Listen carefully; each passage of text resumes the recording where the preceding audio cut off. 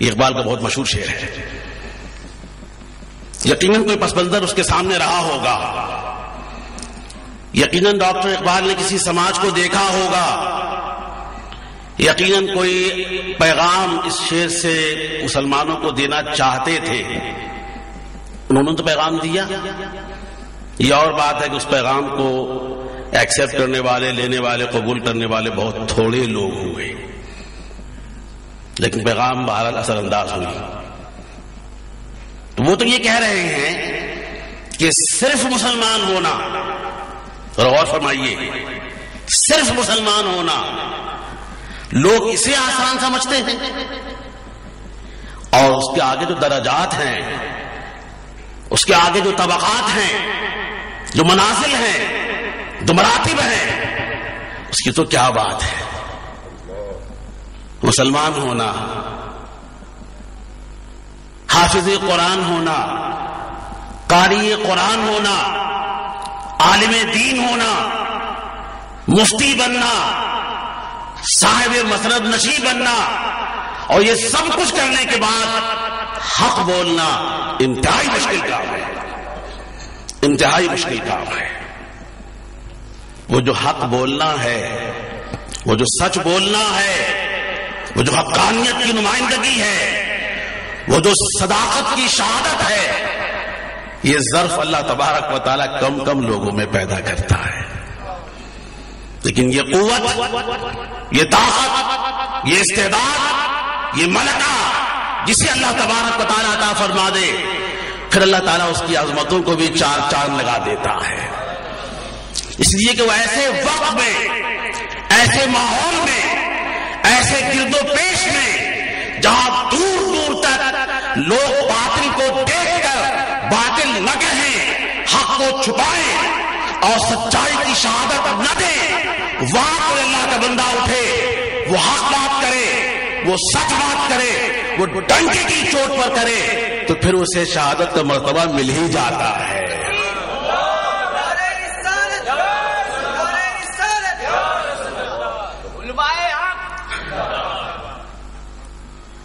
بہت سے علماء ہیں,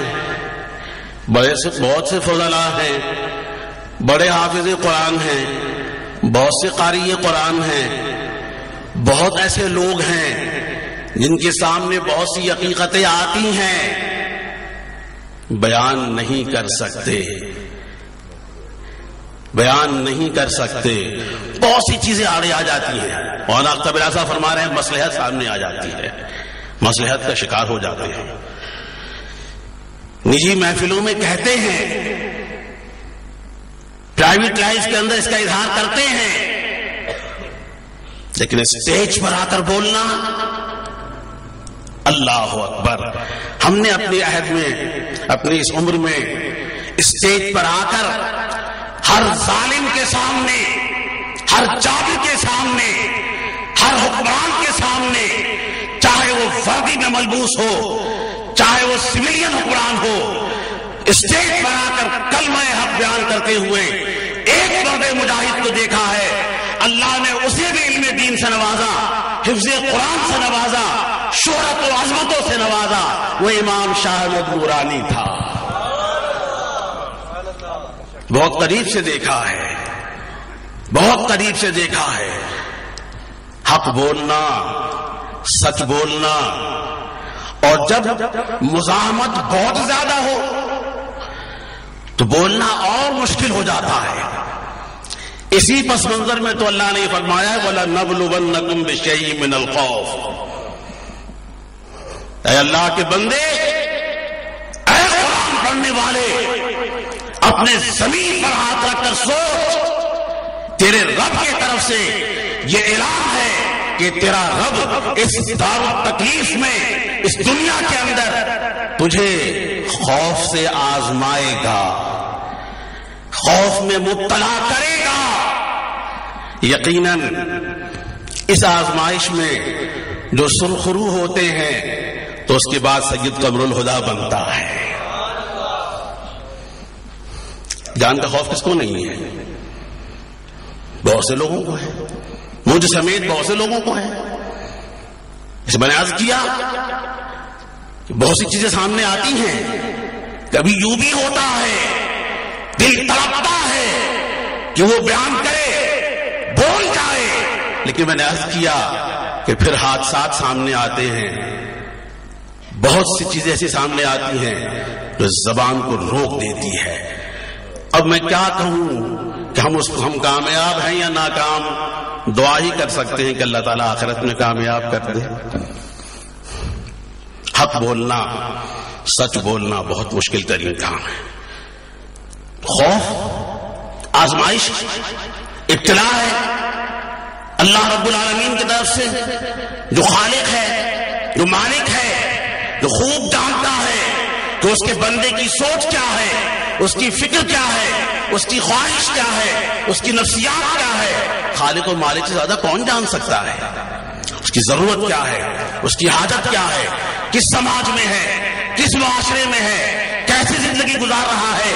وہ اپنے دین سے، اپنے مسلک سے، اپنے مذہب سے کتنا وفادار ہے، اللہ اس کے رسول سے وفاداری کتنی فیصد رکھتا ہے، اللہ خوب جانتا ہے، اللہ خوب جانتا ہے۔ اور اللہ تبارک و تعالیٰ اسے وقتاً فوقتاً کسی نہ کسی شکل صورت میں ظاہر کرتا رہتا ہے، اور اجتماعی طور پر اس کا ظہور انشاءاللہ صبح قیامت تو ہونی ہی ہے کہ کون حق و صداقت پر قائم رہتے ہوئے اس دنیا کے اندر اپنے دین، اپنے مذہب، اپنے مسلک کے تشخص کو برقرار رکھتے ہوئے، قائم رہتے ہوئے اللہ اس کے رسول کی وفاداری کے ساتھ زندگی گزار کر گیا ہے۔ اللہ خوب جانتا ہے، اللہ خوب جانتا ہے۔ جب اللہ تبارک و تعالیٰ نوازے گا، اس دار التکلیف کی ابتلا اور آزمائش کا صلہ دے گا، بدلہ عطا فرمائے گا، اجر عطا فرمائے گا، ثواب عطا فرمائے گا، شہادت کی تاج شہید کے سر پر اللہ رکھے گا، پھر دنیا دیکھے گی کیسی زندگی گزار کر آیا ہے، کیسی زندگی گزار کر آیا ہے۔ تو آج خوف، وَلَنَبْلُوَنَّكُمْ بِشَيْءٍ مِّنَ الْخَوْفِ، اس ملک کے اندر صرف یہ اورنگی ٹاؤن ہی نہیں، شہر کراچی ہی نہیں، پورا پاکستان خصوصاً اور پورا عالم اسلام عموماً خوف طاری ہے، خوف زدہ ہے، خوف کی کیفیت میں زندگی گزار رہے ہیں، اور دنیا والے دیکھ رہے ہیں کہ ایک طرف کافر ہے، کافروں کی حکمرانی ہے، ان کی سلطنت ہے، ان کی ریاستیں ہیں، طاقت ہے، دولت ہے، ثروت ہے، غلبہ ہے، اور پھر انہوں نے دنیا کے 1.25 ارب مسلمانوں پر ظلم کا پنجہ گاڑ رکھا ہے، اس طریقے سے کہ ان کا طبقہ اشرافیہ، ان کا حکمران ان کے چنگل میں ہے، اس کے نتیجے میں ان ملکوں میں بسنے والے انسان جو مسلمان کہلاتے ہیں وہ خوف کے عالم میں ہیں۔ کیسا خوف؟ گھر میں بھی خوف زدہ ہے، گھر سے باہر قدم رکھتے ہوئے خوف زدہ ہے، دکان پر بیٹھا ہوا خوف زدہ ہے، مل کارخانے میں خوف زدہ ہے، مدرسے جاتے ہوئے خوف زدہ ہے، مسجد میں خوف زدہ ہے، بازار میں خوف زدہ ہے، اور وہ جو چند گھڑی، چند لمحات اولیاء اللہ کے مزارات پر سکون حاصل کرنے کے لیے گزارنے کو اللہ والوں کے مزار پہ جاتا ہے، وہاں بھی خوف زدہ ہے۔ اس خوف کے عوامل و عناصر اگر میں اسے بیان کروں وقت بھی چاہیے، بہت سی حقیقتیں سامنے آئیں گی اور شاید بہت دشوار ہو جائے گا بہت سے لوگوں کے لیے۔ عرض کرنے کا مدعا اور مقصد یہ ہے کہ اللہ کے بندو، اے پاکستان میں بسنے والے مسلمانوں، اپنے اندر یہ بات یقینی طور پر پیدا کرو کہ تم ابتلا و آزمائش کے عظیم سانحے کے ساتھ گزر رہے ہو۔ خاص طور پر میں نے عرض کیا ملک پاکستان، آج اس ملک میں بسنے والا اپنی ذات کے حوالے سے، اپنے گھر کے حوالے سے، اپنے بچوں کے حوالے سے، اپنے کاروبار کے حوالے سے کلیتاً خوف کی کیفیت میں ہے، خوف زدہ ہے، انفرادی خوف بھی ہے، اجتماعی خوف بھی ہے، ملک و ملت کا خوف بھی ہے، اپنے جغرافیے کے لٹ جانے کا خوف بھی ہے، ہر طرف بے آبرو ہے، ہر طرف سے بالکل بے آسرا ہے، نہ اس کی فضائی حدود محفوظ ہیں، نہ اس کی بحری حدود محفوظ ہیں، نہ اس کے بری حدود محفوظ ہیں، سب خوف میں مبتلا ہیں، اور اس خوف کی کیفیت میں اس جگہ پر لا کر پاکستان میں بسنے والے انسانوں اور مسلمانوں کو جس طبقے نے لا کر یہاں کھڑا کیا ہے اسی کو طبقہ اشرافیہ کہتے ہیں، اسی کو طبقہ اشرافیہ کہتے ہیں، جس کو عام لوگ حکمران بولتے ہیں، یہی طبقہ اشرافیہ ہے۔ فرق بالکل واضح ہے، ملک میں بسنے والا مسلمان عام انسان خوف زدہ ہے، اور اگر بے خوف ہیں تو حکمران اپنے ایمان ہائے اقتدار میں بے خوف ہیں۔ لیکن فراموش نہ کرے اللہ کی ذات ہر جگہ دیکھ رہی ہے، ہر ایک کو دیکھ رہی ہے۔ ان خوف زدہ مسلمانوں کو جو خوف کے عالم میں بھی یقیناً میرا ایمان ہے کہ خوف زدہ ہونے کے باوجود اگر مسلمان انفرادی و اجتماعی طور پر مسجد میں جا کر باجماعت نماز پڑھ رہا ہے، عبادت کر رہا ہے اور اپنے دینی معاملات کو ادا کر رہا ہے، جیسے ہم اور آپ یہاں بیٹھے ہوئے ہیں ایک دینی محفل میں شریک ہیں، یقیناً خوف تو ہے اس بات کا کہ شاید کچھ ہو جائے، لیکن بے خوف ہو کر آپ یہاں موجود ہیں۔ اس طرح جتنے پاکستان کے اندر بسنے والے مسلمان انتہائی خوف کے عالم میں گر جانے کے باوجود، احاطے میں آ جانے کے باوجود بے خوف ہو کر اپنے دینی معاملات کو ادا کر رہے ہیں، وہ اللہ کی آزمائش میں کامیاب ہیں، وہ اس ابتلا میں کامیاب ہیں۔ ہاں، ایوان ہائے اقتدار کی اونچی دیواروں کے پیچھے بیٹھنے والا شخص بظاہر بے خوف ہے، حقیقتاً وہ اللہ تبارک و تعالیٰ کی طرف سے اس ابتلا و آزمائش میں ناکام و نامراد ہے۔ نتیجہ اور ثمرہ دنیا میں بھی آتا ہے، ذلت و رسوائی کی موت کی شکل میں دنیا میں بھی آتا ہے، اور آخرت کا عذاب بہت سخت ہے، آخرت کی پکڑ بہت سخت ہے، بہت سخت ہے۔ تو اللہ کے بندو یہ سمجھو کہ یہ جو خوف ہم پر مسلط ہے، جو اس کے اسباب ہیں، جو اس کے ذمہ دار ہیں، جو اسباب پیدا کرنے والے ہیں، جو لوگوں پر خوف مسلط کرنے والے ہیں، وہ طبقہ اشرافیہ جو یہود و نصارہ کا ایجنٹ بن کر پاکستان کے مسلمانوں پر خوف طاری کیے ہوئے ہے۔ مسلمان اللہ تبارک و تعالیٰ پر کامل ایمان رکھتا ہے، اللہ تعالیٰ ہمارے ایمان کو اور بڑھائے اور مضبوط کرے، اپنی ذات پر، اپنی صفات پر،